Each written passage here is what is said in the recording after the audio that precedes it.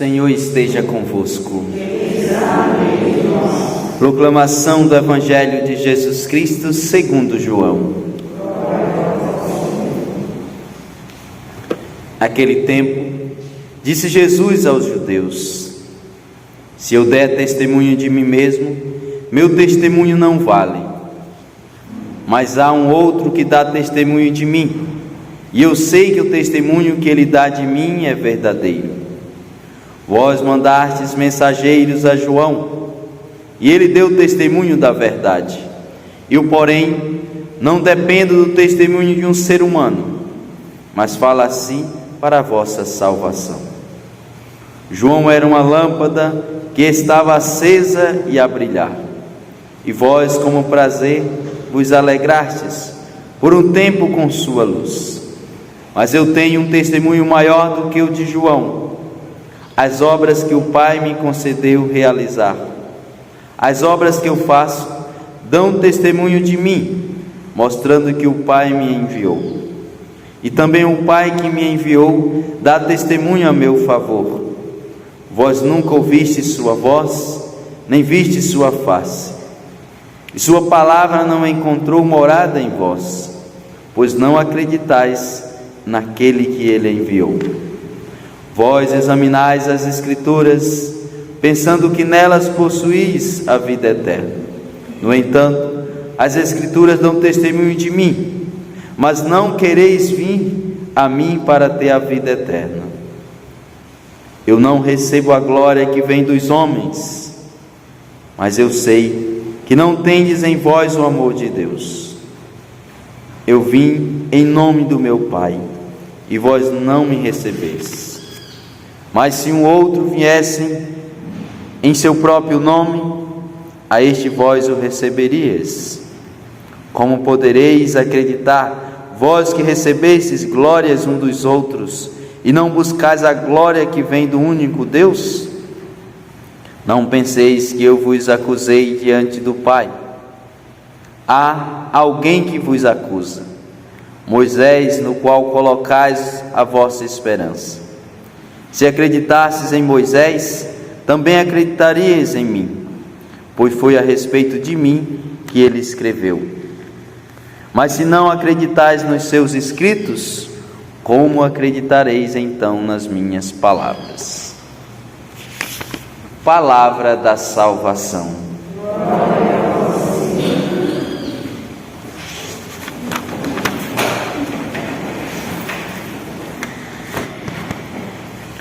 O Senhor falou a Moisés: vai, desce, pois corrompeu-se o seu povo que tiraste do Egito.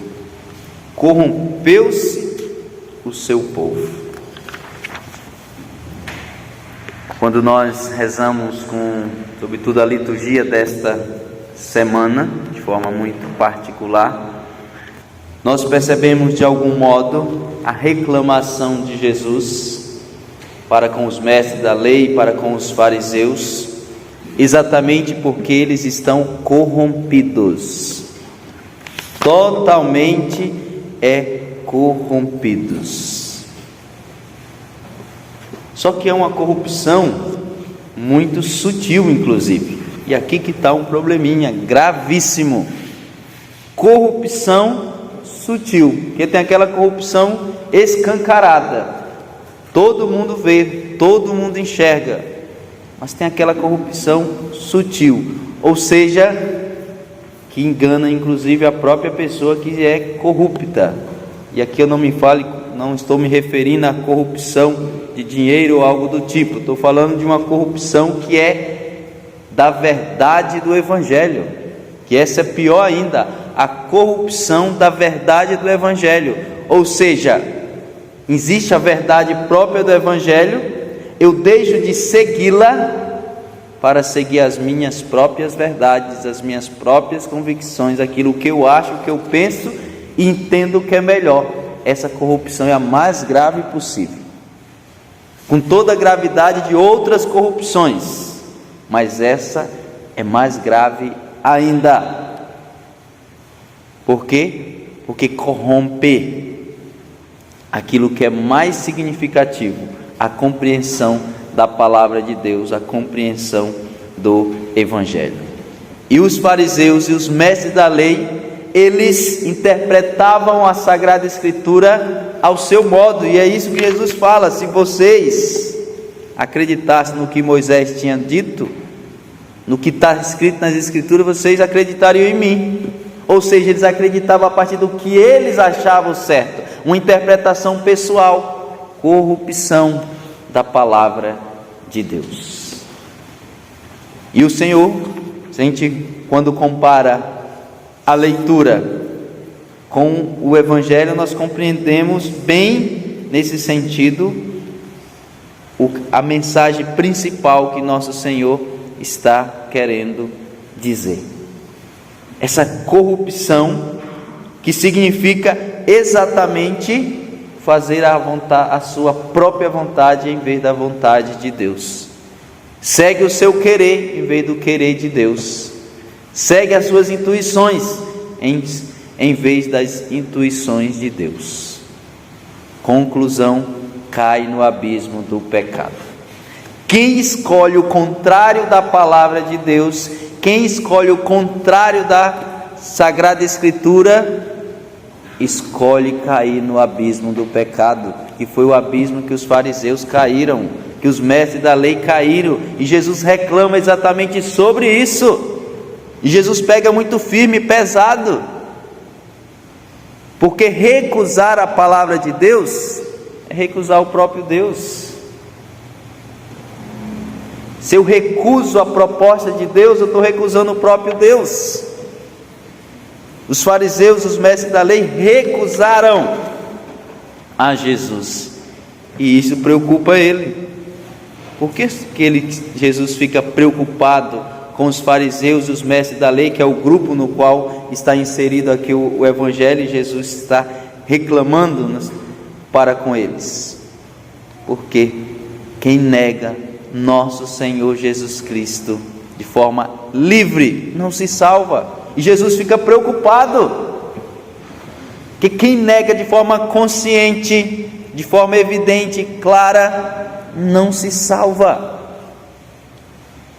Tanto é que em alguns momentos Jesus vai olhar para a multidão e ele tem o que? Compaixão dela, porque está com ovelhas sem pastor. E essa palavra compaixão, no sentido bíblico, ela é muito significativa, porque significa sentir com, sofrer com. Mais do que isso, esse sentimento de fazer alguma coisa. Jesus olha para a multidão e tenta fazer alguma coisa. E o que Jesus tenta fazer? Salvá-la, resgatá-la, fazer com que a multidão compreenda que de fato Ele é o Messias, Ele é o enviado de Deus, Ele é o Filho de Deus, para que, uma vez acreditando nele, uma vez aderindo a Ele, serão salvas. Mas o grupo que Jesus mais é insistente é exatamente com aqueles que interpretavam a sua palavra de qualquer jeito, ao seu modo, portanto, corrompendo desta maneira aquilo que é o mais importante, a interpretação da palavra de Deus. E os fariseus negam, não é o Messias, e ficam todo o tempo negando, e Jesus gastando tempo, gastando saliva, para explicar para eles que Ele era o Messias, que Ele era o Filho de Deus, e eles não compreendem. E Jesus, como é necessariamente misericordioso, vai dizer: mas eu sei, depois de ter falado tanto, mas eu sei que não tendes em vós o amor de Deus. Jesus, depois de explicar, é eu, o que os profetas falaram, o que Moisés falou, que vocês acreditam tanto, ele falou meu respeito, viu? Foi a respeito de mim. E Jesus gasta tempo explicando isso, mas eles não entendem. Aí Jesus, no versículo 42, mas eu sei que não tendes em vós o amor de Deus. Eu vim em nome do meu Pai, e vós não me recebeis. não tendes em vós o amor de Deus. Não é verdade que antes de nós compreendermos o amor de Deus para conosco, de fazermos a experiência com Jesus, nada tem sentido? Sobretudo a Sagrada Escritura. A gente lê, mas chato isso aqui, viu? Olha só, livro dos números, olha, um monte de número aqui, fala de uma coisa, medida disso, medida daquilo. Olha aqui o livro do Êxodo, falando o povo saindo do Egito, tem muita conversa fiada aqui. Olha esse tanto de praga aqui que teve, sabe que teve mesmo? Como é que foi esse negócio aqui? Parece que a própria palavra de Deus, no primeiro momento, não tem sentido. Não tem sentido. Mas quando se faz a experiência com Deus, aí a palavra tem todo sentido. Todo sentido, cada letra, cada palavra da Sagrada Escritura tem sentido, tem gosto, tem sabor. Mas o que? A partir de quê? Da experiência com Jesus. Não foi assim com a sua vida? Não foi assim com a minha vida? Ir para a missa, rapaz, mas que missa? Tá doido? Como diz, não parar lá, tá doido? Missa? Ah, não, uma vez por ano, quando der eu vou. Não gosto muito de missa, não. Gosto de rezar em casa. Em casa eu fico confortável. Participar da missa todo dia, para quê? Qual necessidade de participar da missa todo dia? O mandamento não é só aos domingos, porque quem inventou esse negócio de missa todo dia? É demais. Missa todo dia é demais. Só que depois que faz a experiência com Jesus, entende a beleza que é, a sacralidade que é a Santa Missa todo dia, o efeito espiritual que tem na nossa vida a missa diária. Mas já não é mais por um convencimento teórico, porque alguém falou, porque eu li em alguma coisa. Não, é por um convencimento de experiência.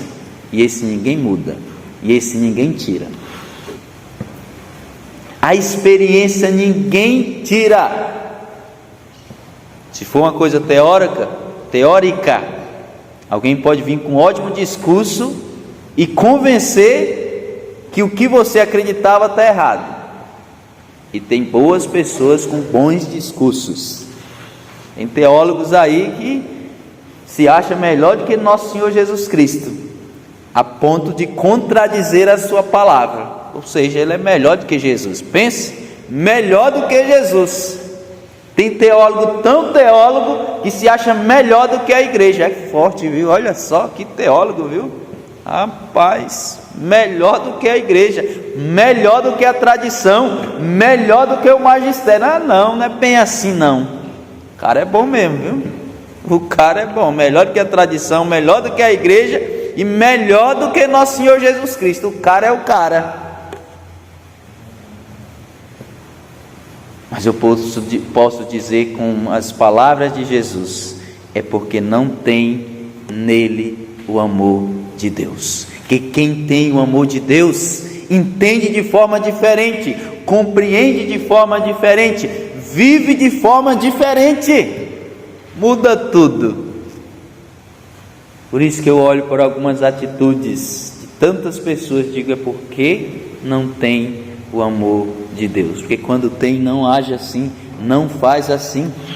As atrocidades que nós vemos, sobretudo no mundo político, as corrupções absurdas, as decisões absurdas de alguns ministros, por exemplo, do STF, decisões absurdas contra a verdade, contra a justiça, contra a pátria. Eu fico olhando e digo, meu Deus do céu. Mas qual a compreensão? Porque não tem o amor de Deus. Aí faz isso. O esposo que abandona a esposa de forma mais absurda do mundo, não tem o amor de Deus. A esposa que abandona o esposo de forma mais absurda da vida, porque não tem o amor de Deus. Tantas pessoas que passam a aderir às ideologias, porque não tem o amor de Deus, e levantam bandeira, uma ideologia de gênero, por exemplo, não, liberdade para todo mundo, não sei o que das quantas, respeito para todo mundo, e o que menos essa turma tem é respeito com nada. Levanta uma bandeira de respeito, sendo que ele não sabe nem o que significa respeito. Mas por quê? Porque não tem o amor de Deus, que chega a ser irritante. Algumas bandeiras levantadas como essa da ideologia de gênero, da questão do aborto, tem coisa mais absurda do que isso? Chega, grita na nossa inteligência. Eu nem estou entrando aqui no primeiro momento no âmbito espiritual da coisa. Chega, grita a nossa inteligência humana. E chega a ser irritante. Mas a compreensão é aquilo que Jesus olha para os fariseus e diz a mesma coisa: eles não têm o amor de Deus. Ele não tem o amor de Deus, por isso faz as coisas mais absurdas da vida. Com isso eu concluo, amados irmãos, dizendo uma coisa: é preciso todos os dias nós fazermos experiência com o amor de Deus e renovar a experiência que nós já fizemos, porque se nós não renovarmos a experiência do amor de Deus, nós também seremos capazes de fazer as coisas mais absurdas da vida, e nós vamos ficar escandalizados, não é com o outro, não é conosco mesmo. E não já teve vez que você já ficou escandalizado com você? Eu já fiz coisa que eu digo: rapaz, não acredito não, eu não estou acreditando num negócio desse. Acreditando não, aconteceu.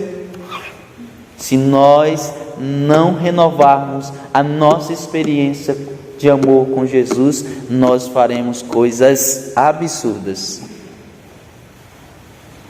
Que a Virgem Maria interceda por nós, que ela não saia da nossa presença, que ela interceda todos os dias por nós, para que, fazendo experiência com Jesus, experiência com Deus, nós possamos continuar fiéis à palavra de Deus, interpretando a partir daquilo que ela é, e não a partir do que nós achamos, pensamos ou qualquer coisa do tipo. Que a Virgem Maria cuide de nós, de modo a permanecer a cada dia e a cada instante na presença do seu Filho Jesus. Gostou desse vídeo? Acesse nossa playlist para assistir outros vídeos do canal. Se inscreva agora mesmo no meu canal Padre Helenildo Pereira. Deixe o seu joinha, ative o sininho para receber notificações e não se esqueça de compartilhar, para que mais pessoas sejam alcançadas pela evangelização. Que Deus abençoe você e até o próximo vídeo.